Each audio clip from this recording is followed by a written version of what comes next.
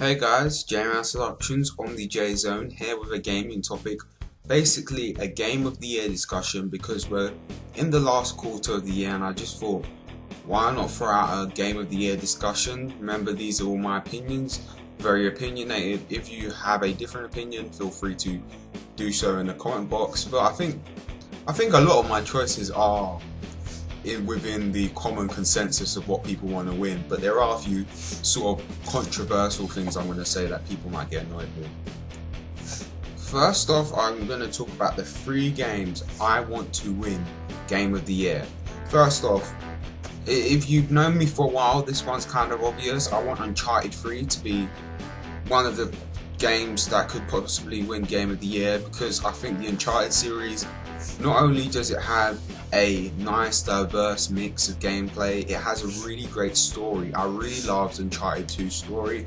Uncharted 1 had a nice story. I like the way that it's shooting, platforming, some puzzle elements. I like the way they mix in those 3 gameplay elements. Uncharted 2 had a decent, I mean, some people decent, some people would say good. I would say, I mean, it was good enough online for the first time Naughty Dog was attempting to do online. It was a really good attempt, and Uncharted 3 looks like it just totally revamps the online, custom layouts, more customization with your characters, new modes, like there's that something adventure, I think co-op adventure gameplay where we have little cutscenes before you go and do the each section of the level, and just some of the cinematics they have within the online gameplay, it looks really great, and it looks like a massive step up from Uncharted 2, which is what I want in a sequel. The next game will be Batman Arkham City. I really did love Arkham Asylum. That game was really fun to play. I thought that it captured Batman so well, and I'm a pretty big Batman fan. I love the animated series. I'm not really into the comics, but I like the movies as well. I would consider myself a good enough Batman fan. I just like the way they captured the character within the first game, Arkham Asylum, and I like the story as well. I thought the gameplay was really good, stealthy, because you know a lot of games are aimed towards more of the, should I say, frag heads that want to go in, shoot, run and gun. I like the way they took a stealthy route with it. I like the fact that this is Batman and he acts like a detective, and you have detective mode and all of that stuff. I like the way they portrayed characters like the Joker, Harley Quinn, Bane, even the Riddler, and the Riddler puzzles add more gameplay, length to the gameplay.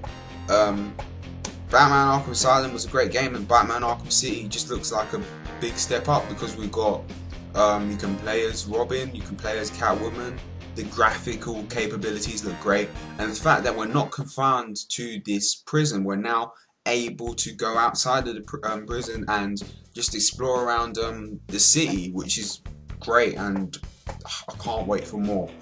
The other game I want to win Game of the Year is Skyrim. Now, Elder Scrolls Skyrim, it just looks amazing. I haven't completed Oblivion yet, but from what I played of Oblivion, I really enjoyed it. I liked Morrowind as well, but this game looks really great, really expansive. The graphics look amazing. It looks beautiful.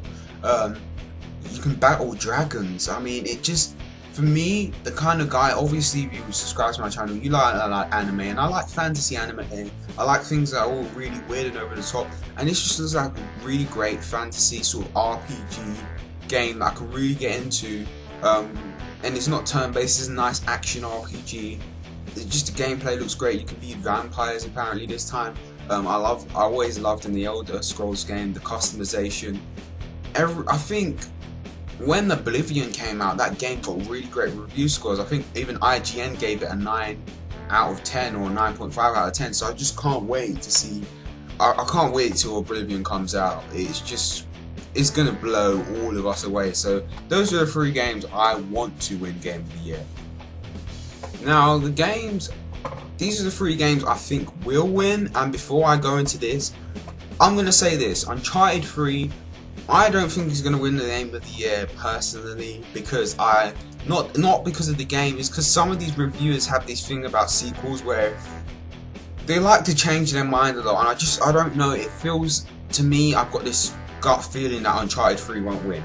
I'm just going to throw that out there, but the games I think will win, Skyrim, because I mean, as soon as an Elder Scroll game's coming out, just look at the history records, they always get really hyped through the critics and they really love it, and it usually, I mean, I'm not sure if Oblivion won Game of the Year for the year it came out, I'm not sure, but it just looks Game of the Year material, and it looks like something the critics would rate highly and put in Game of the Year. Zelda, it's freaking Zelda. Do I have to say any more? It is obviously got a big chance of winning Game of the Year because it's a Zelda game. Zelda Ocarina of Time, the most critically acclaimed game of all time, even though I don't think it's the best game ever.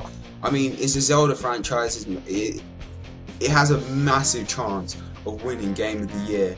A lot of people are just going to be really hyped for that game. The critics are going to love it. The gameplay looks pretty cool as well. Zelda for the win.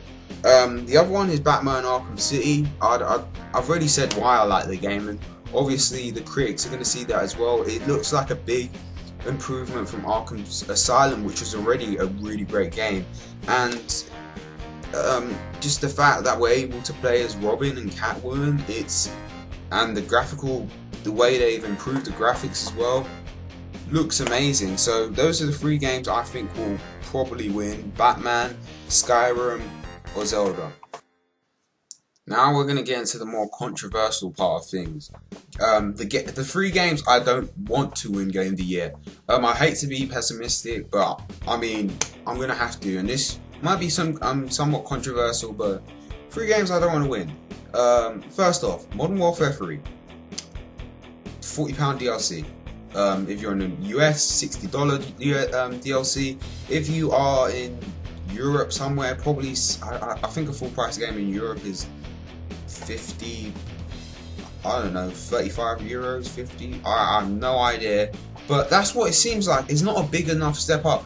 I don't think from going from Black Ops to Modern Warfare 3, I don't think it's a big enough step up for it to be Game of the Year, and that's the reason why I don't buy the games, because it seems like the same thing each time. I'm tired of that, honestly, and I've ranted about it enough.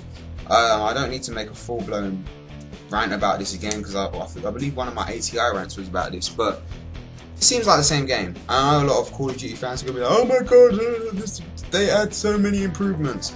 I remember watching a Broken Games HD video, and he was talking about this interview with one of the reps at Sledgehammer, and they were talking about the game this year, and they were like, we're going to add real big improvements to the game, and I'm just thinking, it was something like they were hinting towards the last iterations of Call of Duty weren't that big of a, they weren't that big of an improvement, or weren't too many changes, and no, just honestly, I'm not saying Call of Duty is a bad game. No, it's not a bad game by any means, but it's not Game of the Year material in my opinion, and because there's just not enough of a big change within each iteration of Call of Duty. Slammed on that enough. Next game, Gears 3. Honestly, from what I've seen from critics, they're like, it's Gears, it's another Gears game, and honestly, it's not that I hate Gears. I played Gears 2 and I enjoyed it. I haven't played Gears 3. The game looks good, but it doesn't look Game of the Year material to me. I know a lot of Xbox fanboys are going to be like, oh my god, Gears 3. But that's probably because the Xbox only has two big exclusives this year, which were Gears 3 and Forza. I'm sorry, but it doesn't look like a big enough game for Game of the Year for me personally. Another one is Rage, because you know what, it's another first person shooter. It may be a good first person shooter, but to me it's just another first person shooter. I'm literally tired of the genre. I don't buy first person shooters anymore. If I'm going to buy a shooting game, I'm going to buy a third person one, because I think that genre is really, it's oversaturated, and it's just gone to a point where it feels redundant, and it feels like the same thing again and again and again. this is the part of the video where I just give honourable mentions to games that are going to come out that I think deserve just a little sort of shout out, should I say. It's a weird thing to say, but games just deserve a mention. And there's been a lot of great games this year, like Little Big Planet, Gran Turismo, also a game like Portal, which a lot of people love. But these are the games that are gonna come out, not the games that have already been out. Infamous 2 was a great game too, but also, anyway, let's get on with this. 3 games coming out I think deserve a bit of praise. Sonic Generations. I mean, this is going to be the Sonic game that really does bring some people that don't have a lot of faith in the games anymore back into it, because it looks really great. I think Colors kind of did that as well, but Sonic Generations, just a 20-year celebration for Sonic, is a big thing, and I mean, as a Sonic fan, I had to say it. Another one is Assassin's Creed Revelations. I really did enjoy Brotherhood. Brotherhood was amazing, especially the plot twist at the end. I never saw that coming. I remember I was talking to Esper about it.